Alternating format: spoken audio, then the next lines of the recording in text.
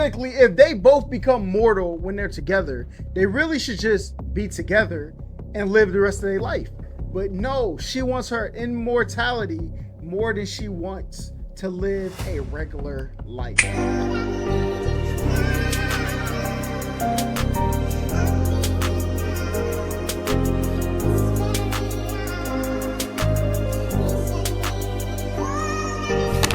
But this is Handcock. Is an insanely wild movie. Now, me personally, I like Will Smith's movies. Okay, I watched Handcock many a times on demand back in the day.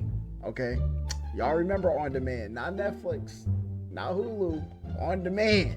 Okay, but I'm about to see what they say about this movie. Okay, because clearly that was the theme of the movie. Okay. All right, the other day I watched Handcock for the first time. It was pretty wild, and I enjoyed it. So as always, I'm making a video on it. Put the name of the song, because it showed up as like asterisks in the chat. The movie opens up with a gang fleeing from the cops while blasting out the window. Yep, we then jump to our main character, John Handcock, who I'll be referring to as just John. He's absolutely sloshed and slumped on a public bench, and a little kid wakes him up and points out the police chase on the freeway. John tells the kid to get up out of his face, and then he takes off and flies around the city with the bottle in his hand. Shit, if I do it. Out of his face, and then he takes off and flies around the They told him to turn around the logo so he couldn't see it, bruh. City with the bottle in his hand. Shit, if I do it. It's no hen dog, but I'm sure it gets the job done. He gets to the freeway and destroys one of the overhead signs, which results in multiple cop cars getting absolutely smashed. Decimated. He gets to the car, rips the back off, and pops a squad to chill for a minute. He tells Oh no, we did see the logo. Tells them to pull over and give themselves up, but they don't listen and light him up, which does nothing, and they knew it'd do nothing, so I don't know why they did that. But unfortunately for them, they shattered his bottle, so he's a little upsetty spaghetti, so he slams his feet through the car to stop it. He then picks the car up and throws them around a little bit while smacking them into buildings before dropping them onto whatever this thing is. He then goes to a bar and watches the news on how he pretty much f***ed everything up while trying to save the day. A group of girls then walk in, and one approaches John, and basically, she just wants a seat on that super meat. I'm gonna keep it a stack. They go back to John's place to get active, but alright, how do I say this? When he reaches the top of the mountain, he has to push her off because it shoots straight through the roof of his crib. This obviously freaks the girl out, so she pulls a Brian O'Connor and sneaks out through the bathroom, which makes John feel kind of bad about himself. We then cut to a dude named Ray. He's trying to convince rich people to give their products away for free to help people, and obviously this doesn't work. So we cut to him walking away all sad. On his way home, there's a lot of traffic, and so what is that actor's name? What is his name? Because he was in a movie that me and my fiance were trying to look up the other day that was on Netflix. But we couldn't remember what the movie was. It's called. It was about a guy. I think he was like getting a divorce with his wife or something like that. It was like a new Netflix movie. On a train track with the train coming in hot. Ray freaks out and he can't get out in time, but luckily John comes in and throws his car out the way and smashes into the train, which brings it to a stop, but it also like derails the whole thing. Everyone's pissed that John didn't just grab Ray's car and simply fly up with it, or move it out the way and just not smack the train, which, you know, is fair to say. True. A lady also complains that he smells of alcohol. And I can smell that liquor on your breath. I've been drinking, bitch. I love that line. Anyways, Ray gets out of his car and defends and thanks John for saving his life. And John's kind of surprised because no one thanks him because everyone thinks he's a piece of shit. But since Ray doesn't have a car anymore, John gives him a lift home and we meet Ray's family. We meet his son Aaron, who's John's like #1 fan, and we also meet, good lord, I'm about to bust. we also meet Ray's wife, who's an absolute dime piece played by Charlize Theron. Before John can leave, Ray invites him in to grub despite his wife's reluctance. They sit down to eat and John is sneaking drinks as well as cussing around Aaron, which pisses off Mary. And before John leaves, he pranks Aaron. Hey, all right, little buddy. Ray tells John that he works in public That was a good relations joke, and he though. That was thinks a he good can one. help his reputation since everyone thinks he's an asshole, so he gives him his card before he leaves. Later that night, Ray and Mary talk about this decision to try and help John. Mary doesn't like the idea, but Ray thinks John could actually help the world with some guidance. And John hears all this while low-key creeping on the roof. The next day, John thinks about the offer and decides it's for the best. He flies in a little hot to Ray's street, but turns around when this kid calls him an asshole. Fun fact, this is the same kid that played Michael Myers in that Rob Zombie remake. Oh, wow. Anyways, the word asshole is like a trigger word for John, so he turns around and is like, yo, what's good? John tries to defuse the situation, but this kid continues to call the invincible, hot-headed hero with super strength an asshole. Not a very smart decision. Sent that boy into He's like, say that shit one more time. stratosphere. And the kid does. so he throws him like 1,000 feet into the air. Unfortunately, Ray comes out to greet John right as the kid is falling back down. Not okay. Ray shows John his lowlights, like pushing through Not the me bounce, bro. Not the me bounce. kids while on fire to get ice cream and throwing a beached whale into a ship. I don't even remember that. Ray gives him the "you can do better" speech, and then his wife comes home and turns the news on, which shows there's a warrant out for Hancock's arrest. Obviously, John's not about to just turn himself in, but Ray convinces him that this could actually be good for him, because while he's in jail, the crime rate will go up and the people will realize they need John's help. So the next day, he gives a half-assed speech about how he's going to do better, and then he turns himself in. It's like his first day in here, and as he's trying to walk to his cell, everyone in this prison decides it's a good idea to try and press up on Black Superman. He tries to warn them that if they don't get out the way, he's gonna fuck them up, but they still don't get out the way. What are you going to do? But look, he got the beluga whale forehead. Listen, don't. You just step aside. Big dogs are talking. All right? Which is crazy. So he shoves the dude's head up the other dude's back end. We cut to John talking to Ray about the incident, and he also tells John that the DA wants his sentence to run 8 years. And before Ray can finish talking, John is like, 8 years? F that. He casually walks through the door to dip out, but Ray stops him with another bro-to-bro talk and tells him that the police will probably need him sometime soon, so just chill out and stay here. So John decides to stay. He starts going to his therapy sessions but refuses to speak. Ray coaches him up on how to be a good hero by giving him tips like telling the police officers they're doing a good job. Oh, yeah, when you land, don't destroy the ground and the things around you, and be a good person. And during yard time, he's showing everyone up by making threes from like 40 yards away. And we also see on the news that the crime rate is already up 30% since John has been in prison. The next day, Mary and Aaron bring him some spaghetti, and Mary tells him that Ray really sees something in him, so don't f this up. And then they leave. After this, he actually starts to improve. He starts talking at the sessions. He reflects on his life in his cell. And Ray gets Hancock not Black Flash though, because he don't move that fast. All right. Flash literally moves at like the speed of light. My man flies probably like 700 miles an hour, maybe, if that, you know? gives him a suit for when they call and the police need his help. The next day, a ball flies out of the prison, so John goes to get it and the alarms are set off. And it looks like John's about to bust out of prison and bounce the out of there, but he makes the decision to fly back, showing how far he's actually come. Luckily, this all pays off when one night an officer wakes John up and tells him that the chief of police needs his— Oh, there is a Black Flash? Oh, I didn't know that. You know what I'm saying? Listen, look, I don't know too much of the DC lore. All right? I'm gonna be honest. I know Marvel lore, Marvel characters. I know the Marvel lore. I don't know. Listen, DC just needs to put out some good stuff. Maybe that Superman was booty cheeks. All right, in my personal opinion. And if you want to fight about it, you're gonna have to catch me. All right. help with the bank robbery / hostage situation. He pulls up to the scene with a clean landing without wrecking everything, and the chief gives him the rundown on what's going on. He's told there's multiple armed men with hostages and high caliber weapons, and one officer is pinned down. John starts walking over to the officer who's pinned down, and the bullets are just bouncing off of him. He gets to the officer and awkwardly asks her if he has permission to touch her body in a non-sexual way. Do I have permission to touch your body? And the lady's like, yo, just get me the fuck out of here. So he uses the car as a shield and walks her to safety. Earlier they said they're using like 50 caliber rounds. Don't know how they're not getting through the car, but whatever. After getting the lady to safety, the chief tells Hancock to end this now. He flies around the building and speed blitzes the men on some He can't get tired, almost killed Wally West. Like, I gotta tap into Flash. A lot of people talk, like, one character I do know is Reverse Flash, one of the greatest haters of all time. Okay, is he greater than Lex Luthor? Don't know. I don't know that. Does he talk more wild than Lex Luthor? 100%. Okay, but I'm gonna have to tap into Black Flash. See what that man's talking about. All right. burn shit until there's just one dude left.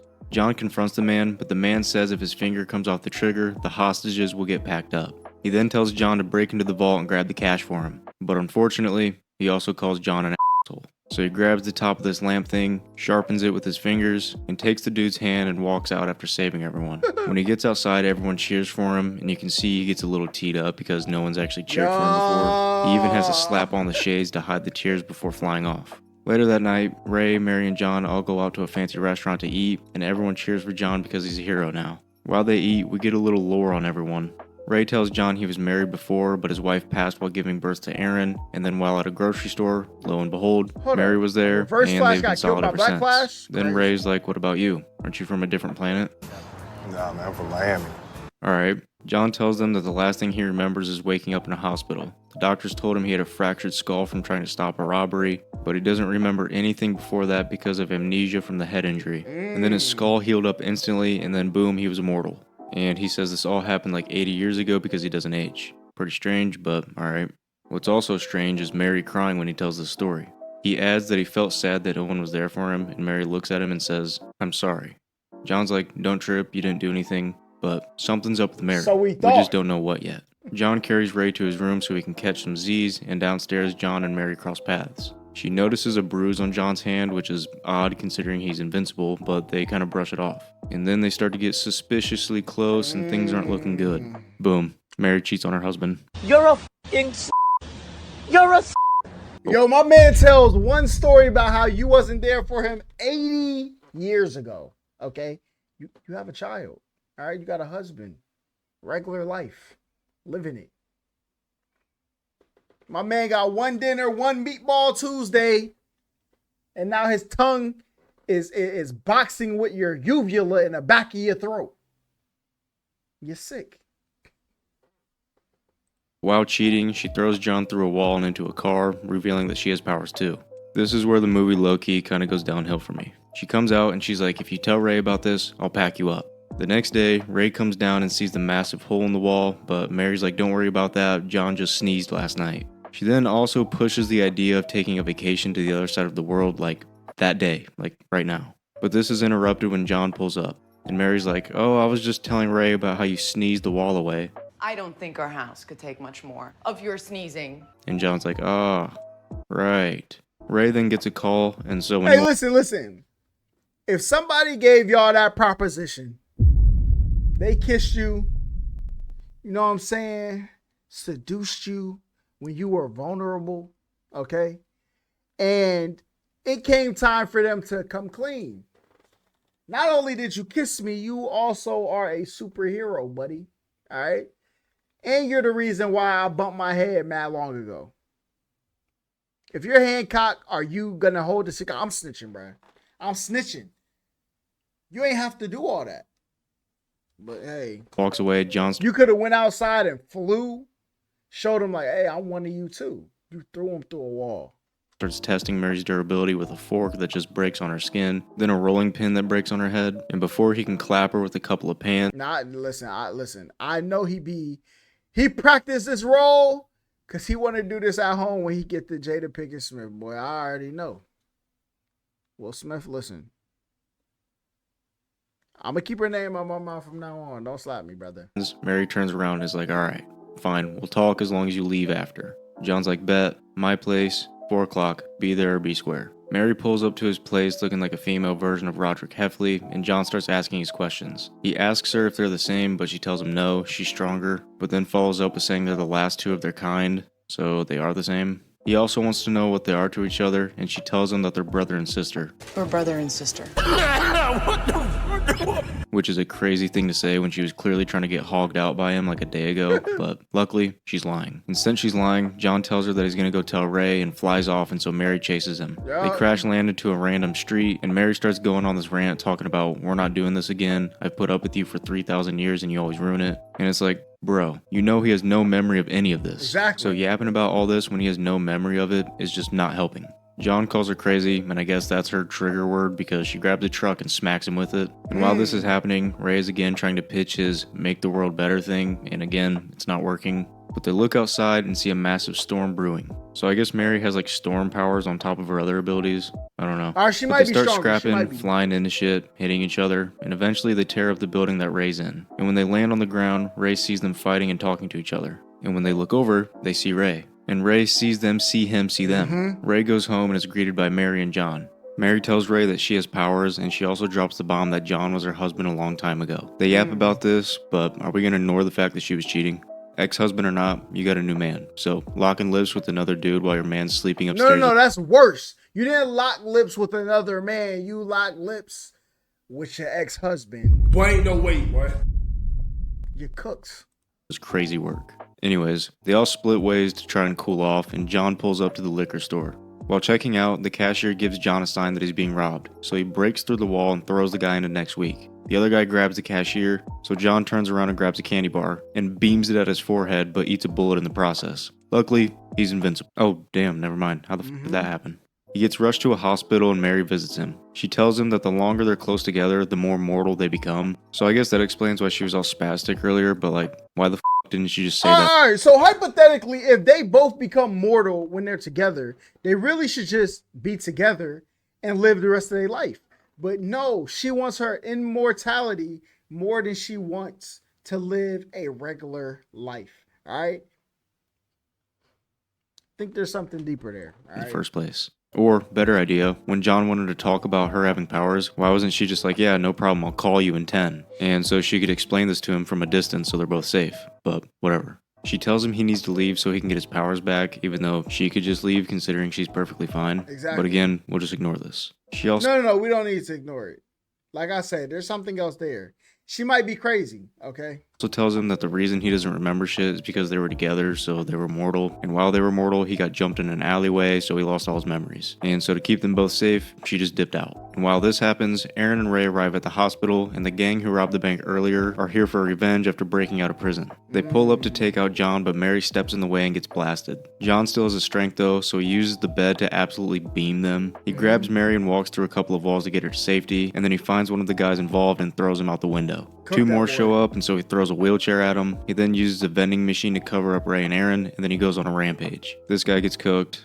This guy's probably done for. This guy might need some Tylenol. But eventually one guy catches him off guard and stabs him in the back and smacks him in the lips with this thing a few times. He starts choking him out, but gets grabbed by the dick and thrown out the window. And while all this is happening, Mary's struggling hard. And each time John was hurt, she felt his pain, so I guess they're connected in some...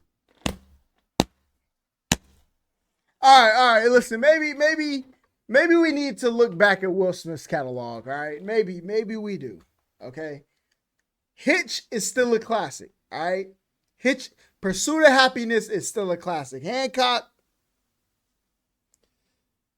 he was right. The movie kind of go downhill after the big reveal, alright? Some way. While walking away, John gets shot in the back by the dude with the hook hand. He starts talking a little shit while continuing to shoot him until John falls to the ground. But Ray comes in and takes Bro's other hand with an axe and then gives him one more for good measure. But John and Mary both look cooked, and it looks like it might be over. But John gets a second wind to get up and he jumps out the window. He lands on the ground, which somehow doesn't pack him up, and he moves himself further and further away, which slowly brings Mary back to life with each jump, until he's able to actually fly away, which brings her back to life. We then jump to 1 month later and everyone's chilling at a carnival. Ray gets a call from John and tells him to look up. He looks up and sees the moon is covered with his Make the World Better heart symbol.